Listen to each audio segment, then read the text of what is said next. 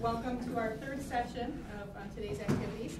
I'm going to go ahead and introduce our first presenter, Robert Fuhst, who's going to present his paper on a general education revelation. Robert, if you'd like to come up and tell us a little about yourself and your presentation. Thank you. Thank you. Good afternoon. My name is Rob Fuhst. I am dual enrolled at GRCC in Ferris. I'm pursuing an engineering technology, manufacturing engineering technology degree. I also work as a manufacturing engineer for Autodi Corporation here in downtown Grand Rapids. I've been there for 20 years. I started my education as an engineer in the early 80s, but my commitments to my family and work got such that I couldn't continue. I had to stop. But now with the kids pretty much gone, I do have two daughters in college. A daughter graduating with a bachelor's in nursing degree this December, and another daughter who's a sophomore. They're both at Grand Valley. She's a sophomore, majoring in physics. So one thing I can leave anybody that is any younger people here, there's not that many from what I'm seeing, but it's so much easier to stay in school and finish it now than it is to do it when you get in your 50s. So stay in school and take care of it now. With that, I'll read you my paper. A general education revelation. I've been taking classes at GRCC for about 4 years, trying to finish the engineering degree I started over 20 years ago. I work between 10 and 12 hours a day, plus half days on Saturday, and take classes at night. Because of the demands on my time by my employer, I can only squeeze in 2 classes a semester. In the last 2 years, I had to take a vacation day on each Wednesday of the winter semester to make sure I had enough time to study and do my homework. I have little time to spend on classes that are not required for my major, and there are many general education classes that I'm just not interested in. Up until recently, I dreaded taking any of them, but a class taken this summer has changed the way I think about my general education requirements and the influence they may have on me. This summer, I signed up for a political science class as part of my general education requirements. I was not looking forward to spending 2 nights a week in PS 110. My expectations were extremely low, and I did not want to spend my valuable time this way. This class was made up of people from very different backgrounds and ages. Some of my classmates were students home from college, a few Hispanic nationals representing Central America and Mexico, various older students like myself, as well as a couple of veterans home from duty in Iraq and Afghanistan. There were also 2 young Bosnian women, whom I will call Anna and Maya. These 2 would challenge the way I thought about a few things before this class was finished. The class started out okay, as the instructor was very personable, and he guaranteed that everyone would enjoy his approach to political science.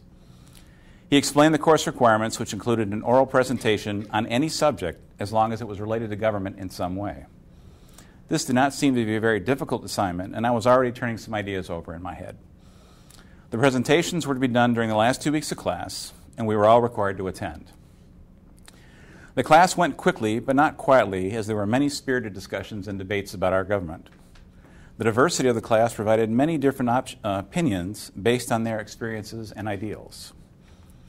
My Bosnian classmates always seemed to add interesting insight during these discussions. Whether they displayed their naivety on American politics or shared their own experiences with life in a nation split by civil war, I always looked forward to their contributions to our discussions. The weeks went by, and soon we were taking the final exam.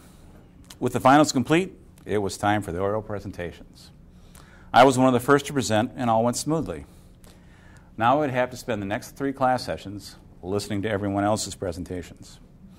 Although the presentations were usually interesting, I just didn't want to be there. I did my best to pay attention and respect the efforts of my classmates as they delivered their speeches. My 2 Bosnian classmates were both to present on the same night. They had been fun to have in class, but I was not prepared for the thought-provoking presentations they would share with us. Anna went first, and she told us of her life in Bosnia as a little girl and of the genocide that claimed many of her family members. She showed us many disturbing images, including pictures of her house and neighborhood before and after they were partially destroyed, and pictures of family members who are still unaccounted for.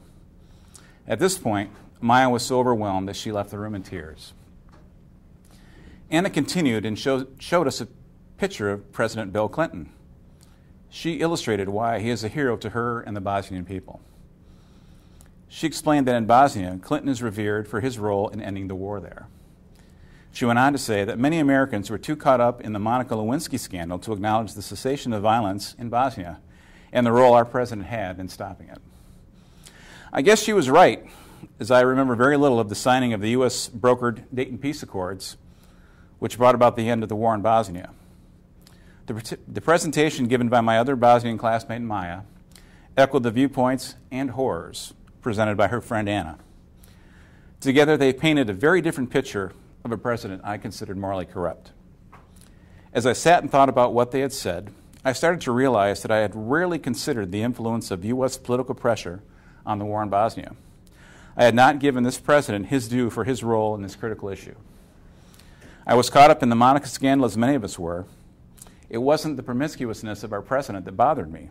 It was his lying to the American people about it. I knew that I would never trust this man again. Yet in the eyes of my Bosnian classmates, he was a hero. President Clinton had somehow helped to provide the Bosnian people with an end to the violence and bloodshed that had gone unchecked for 3.5 years. They were able to look beyond his indiscretions as a man and admire his accomplishments as a leader.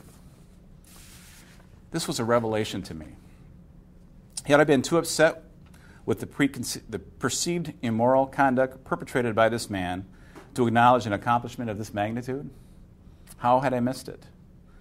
My image of President Clinton is forever tainted by what I believe to be morally right. To see the same man, through the eyes of another, with such a different moral perspective was something new to me. When comparing his infidelity to his role in ending the war, his infidelity was irrelevant to my classmates' sense of morality. They believed they were judging him by a higher standard than his indiscretions with Monica Lewinsky. They were inspired by something that had saved people's lives, something that many of the American people, including me, had missed. Although my moral ideals had not been changed, I did acknowledge that the perspective of my two classmates was not to be taken lightly. The most disturbing thing of all was that this revelation occurred in a class I didn't want to be in. How many similar experiences are waiting for me in the remaining general education classes I have left? How many truths in my life are about to be challenged by another's perspective? I have learned that even though these classes may not have any bearing on my major, I just may learn something important in them. I no longer look at these classes with dread and trepidation. I'm still not thrilled that I have to take them. But I do recognize that the time I spend in them may open my eyes to something that even someone my age had not considered. For this change in my perspective, I have to thank GRCC and the curriculum requirements placed on its students. They are there to educate you in more ways than you can imagine. Thank you.